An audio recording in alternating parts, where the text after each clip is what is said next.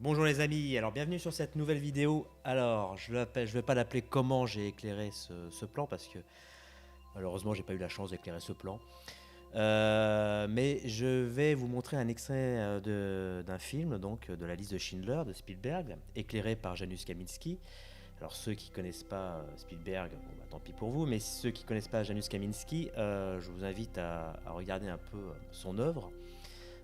Son œuvre, c'est ni plus ni moins que les films de Spielberg, hein, depuis le Soldat Ryan. Donc c'est un excellent directeur de la photographie, si c'est pas le meilleur. En tout cas, je vous montre une séquence qui est très intéressante parce que c'est une séquence assez pédagogique que je n'hésite pas à montrer pendant mes cours, qui vous montre un peu, qui font une petite démonstration de travail de lumière. Alors je vous invite, si ce n'est pas déjà fait, à regarder la vidéo sur la lumière que j'ai fait il y a quelques mois ici, je vous mets le lien. Regardez bien parce qu'on va parler de direction de lumière. Voilà, c'est vraiment une vidéo démonstrative sur la direction de la lumière. Alors pour cela, je vous montre cet extrait de ce film que je vous invite à regarder jusqu'au bout. It's not a charade, all this. A charade? How could it be a The charade? car, the apartment. Wait a minute. Take a guess. How many people are on my payroll? Oscar. My father, at the height of his success, had 50. I've got 350. 350 workers on the factory floor with one purpose. To make pots and pans? To make money. For me.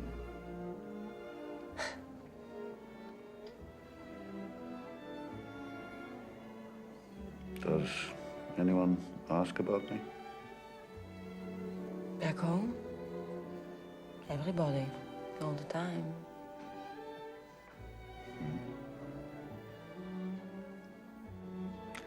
I won't soon forget the name Schindler here, I can tell you that. Oskar Schindler, they'll say. Everybody remembers him. He did something extraordinary. He did something no one else did. He came here with nothing, a suitcase, and built a bankrupt company into a major manufactory, and left with a steamer trunk, 2 steamer trunks full of money, all the riches of the world. It's comforting to see that nothing's changed. You're wrong, Emily. There's no way I could have known this before, but there was always something missing. In every business I tried, I can see now it wasn't me that failed. Something was missing. Even if I'd known what it was, there's nothing I could have done about it because you can't create this thing. And it makes all the difference in the world between success and failure. Luck. War. Voilà, j'espère que l'extrait vous a plu. Alors peut-être que vous avez vu la petite astuce en termes de lumière.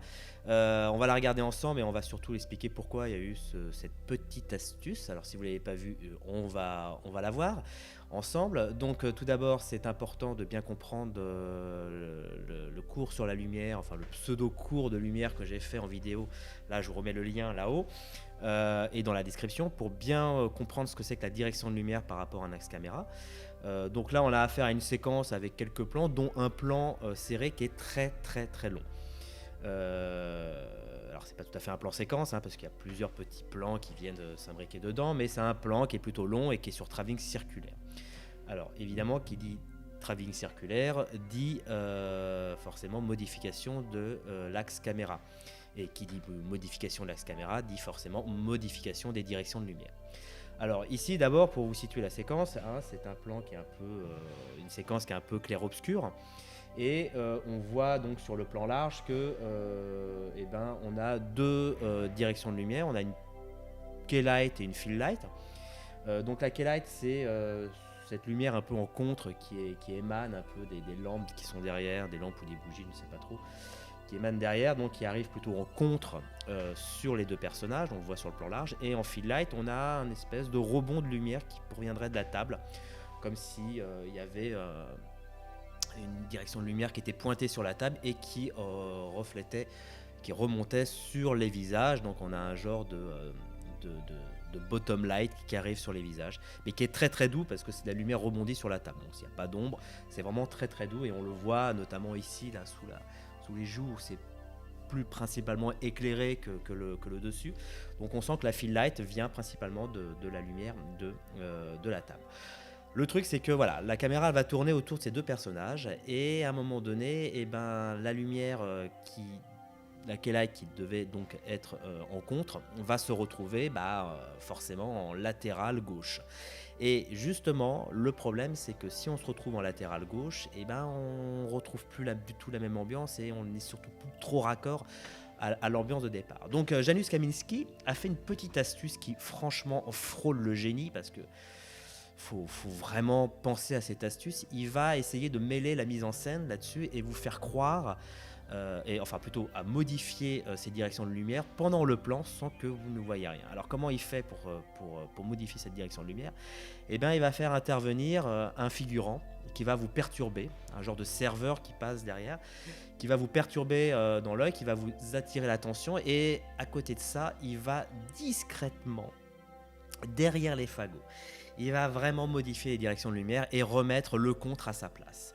Alors comment il fait ? Donc d'abord vous avez donc ce plan serré, on va tourner autour, donc on voit bien la lumière en contre qui tape, on appelle ça souvent un kick, donc c'est une espèce de petit effet qu'on fait principalement en contre ou en trois quarts contre, qui permet de créer une brillance et notamment de pouvoir mettre en avant une silhouette d'un visage. Et donc on va tourner autour du personnage, donc, et à un moment donné on sent bien que le travelling roule du côté gauche, et qu'on va se retrouver avec cet effet qui devient contre, et puis après trois quarts contre, et bien on va se le retrouver très vite en latéral, et ce qui va pas être très très très joli. Donc qu'est-ce qu'on fait ? Et ben on fait passer un petit serveur devant, un figurant qui va obstruer cette lumière principale. Voilà. Bon, pour vous, ça va vous sembler tout à fait naturel, parce que y a quelqu'un qui passe juste à côté de lui et qui va donc faire de l'ombre et en même temps éteindre cette lumière, parce qu'après, quand le figurant s'en va, et ben on s'aperçoit que la lumière ne revient plus.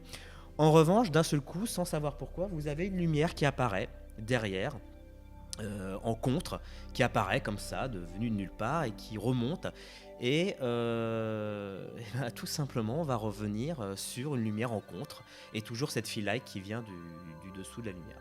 Et voilà. Et d'un seul coup, non seulement ça va revenir en contre, donc sur le personnage, sur Oskar Schindler, et sur la jeune fille, on va se le retrouver donc en mode trois quarts contre, qui va dessiner son visage. Donc voilà, je trouve ça très très très très fort, d'autant plus que il fallait y penser, il fallait se dire tiens, excuse-moi Steven, est-ce que tu peux me mettre un figurant qui va passer devant la lumière là juste pour obstruer, ça va permettre, tu vois, j'imagine un peu j'imagine pas du tout quoi, je sais même pas si ça avait été prémédité ou si c'est une idée qui est venue genre 30 secondes avant de tourner le plan, donc voilà, je sais pas, mais quoi qu'il en soit, à la fin ça devient quand même ça frôle le génie quoi, pour faire ça, je sais pas, j'oserais même pas, c'est des choses que je penserais même pas que j'oserais jamais faire.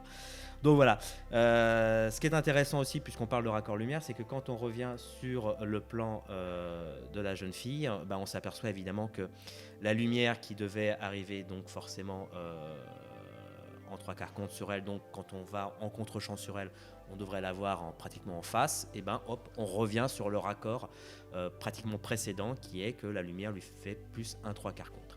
Donc voilà, donc c'est d'habitude on fraude, on triche sur les champs, les contre-champs, les plans larges, on modifie par rapport à la Keylight et la fill light, parfois on fait tourner un peu toutes ces lumières sans que on puisse le remarquer, mais là je trouve ça très très très fort, parce que c'est fait pendant un plan séquence et c'est fait assez subtilement. Voilà, écoutez, j'espère que ça vous a plu, c'est pas dans mon habitude d'analyser les films des autres, mais j'ai trouvé que celui-là, ça valait vraiment le coup de vous l'exposer, parce que encore une fois, c'est très très fort. Bravo, pouce bleu pour Janusz Kaminski. Voilà, je vous dis à très vite, n'hésitez pas à vous abonner et je vous dis à très bientôt. Ciao.